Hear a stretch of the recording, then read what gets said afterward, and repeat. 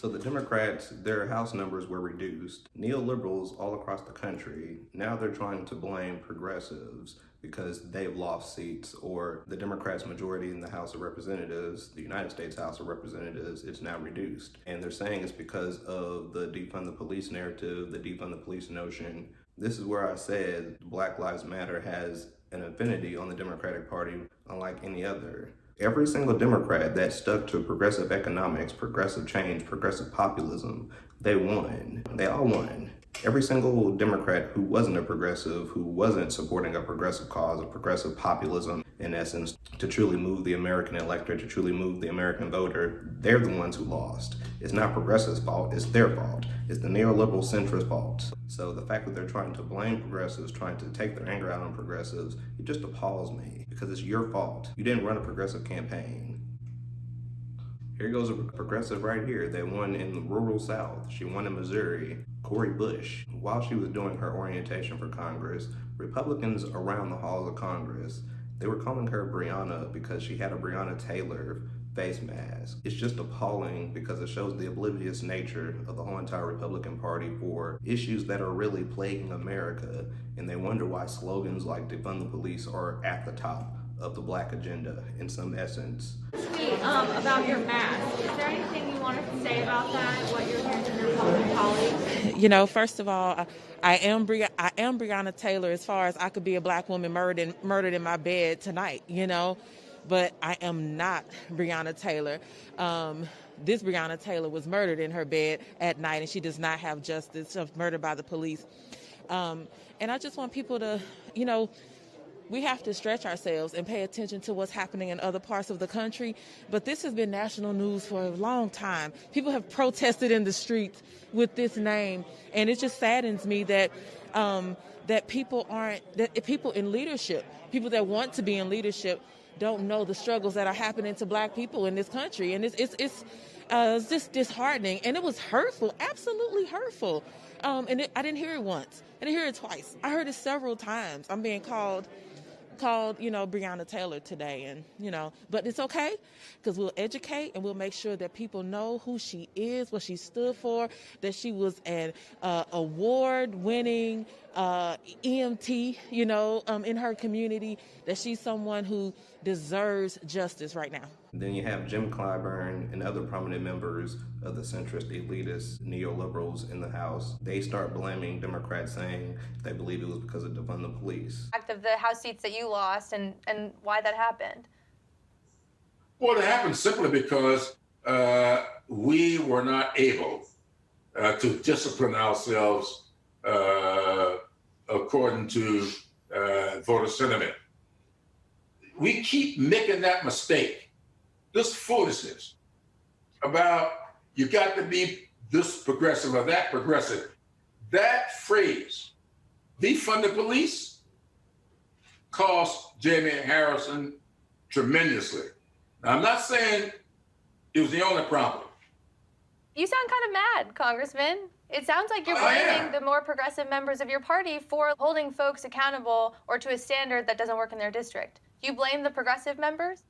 No, I don't blame progressive members. I want everybody in my caucus to be as practical as I am. That's the difference here. How are you going to look at me and say I'm not progressive? This foolishness about you more progressive than I am, that's poppycock, and I'm not going to listen to it. If you could have a caucus meeting right now and you would, or tell folks what they should do differently, given the losses that we have, what would you say to them?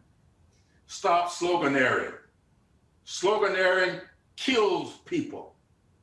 Sloganeering destroys movements. Stop sloganeering. And let's go about the business of representing people and building hopes and aspirations for people. It seems to me, Congressman, while you all might be celebrating Joe Biden's victory in defeating Donald Trump, the party, the Democratic Party, seems more fractured than ever. We're not more fractured than ever. You know, a party's not fractured by a tweet that goes out or by the expression of one person. Were you ever worried throughout this campaign and this process that those progressive ideas and slogans would hurt Joe Biden's chances at winning the presidency?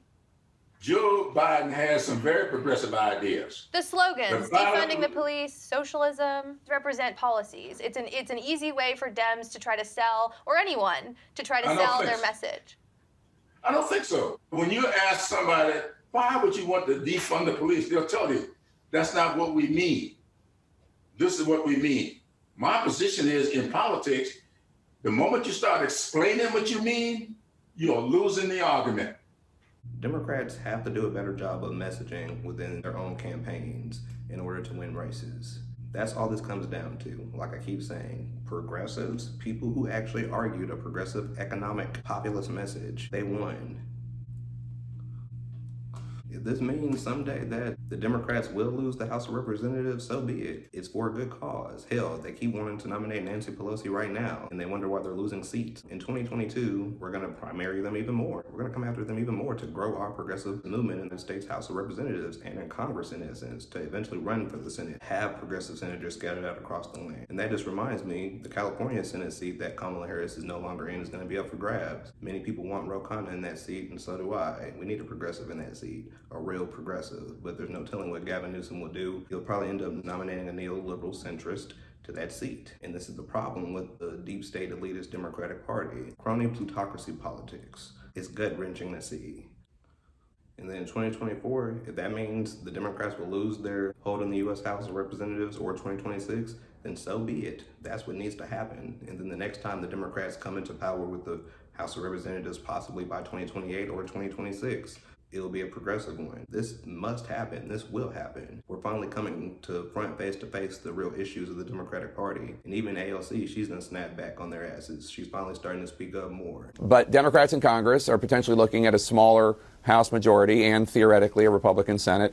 I want to play something that Virginia Congresswoman Abigail Spanberger said on a conference call of House Democrats this week that you, I'm sure, heard as it happened live. Take a listen.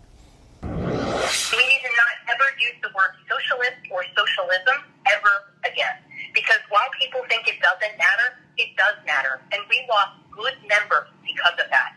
If we are classifying Tuesday as a success from a congressional standpoint, we will get torn apart in 2022. And excuse the profanity, that's the reality. I imagine you disagree with that assessment. Why is she wrong? So, first and foremost, I want to acknowledge that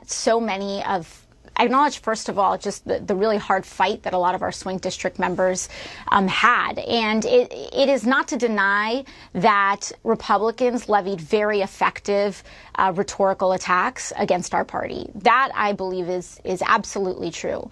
But I think one of the things that's very important is to realize that very effective Republican attacks are going to happen every cycle. And so the question is, how do we defend ourselves against that? If you look at some of these, some of the arguments that are being advanced, that defund the police hurt, or that arguments about socialism hurt, not a single member of Congress that I'm aware of campaigned on socialism or defunding the police in this general election. And these were largely slogans, or they were demands from activist groups that we saw in the largest uprising in American history around police brutality. And so the question that we have is, how can we build in a more effective democratic operation that is stronger and more resilient to Republican attacks? And I believe that there are many areas that we can point at in centralized democratic operations that are extraordinarily weak.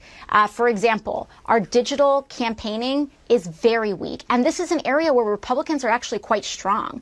President Trump, he won the 2016 election, as we know, largely on digital organizing and strategy. And I believe that many Republicans were very effective at digital organizing and strategy as well, whereas the Democratic Party is still campaigning largely as though it's 2005. And I know a lot of us don't want to hear this, but 2005 was 15 years ago. So we can do better. And then when we really dig down and refine our operations, we can be more resilient to these strong Republican attacks. You told the New York Times that you almost didn't even run for re-election, in part because of treatment from your own party. You said, quote, "It's the incoming, it's the stress, it's the violence, it's the lack of support from your own party. It's your own party thinking you're the enemy, unquote. Do you really think other Democrats see you as the enemy? Do you think Joe Biden sees you that way? I don't believe I don't believe President Biden sees me that way. And I believe that that's actually one of the reasons why he won election. You know, there's a marked difference between 2020 and 2016 in how the Democratic Party was able to unify, to Joe Biden's credit, before the election and get everyone on the same page to make sure that we vote Donald Trump out of office. That being said, you know, there are, at least in the House caucus, very deep divisions within the party. And I believe that we need to really come together and not allow Republican narratives to tear us apart. You know, as you mentioned, we have a slimmer Democratic majority. It's going to be more important than ever for us to work together and not fight each other. And so when we kind of come out swinging, not 48 hours after Tuesday, when we don't even have solid data yet, pointing fingers and telling each other what to do, it deepens the division in the party, and it's irresponsible. It's irresponsible to pour gasoline on these already very delicate tensions in the party. So we can help. It's not saying that every member has to campaign as a progressive in a traditional progressive way, but it's to say that we have assets to offer the party that the party has not yet, you know, fully leaned into or exploited. And I believe that we can take some of these seats. You know, I think Katie Porter is an amazing example. Michael Levin. There are swing seats. Every single swing seat member that co-sponsored Medicare for All won their reelection. Right. And so the conversation's a little bit deeper than that, than just saying, you know, anything progressive is toxic and a losing message. And she's finally doing what the progressive movement wants, progressive actually representing us. Don't forget to like, subscribe, comment, and share.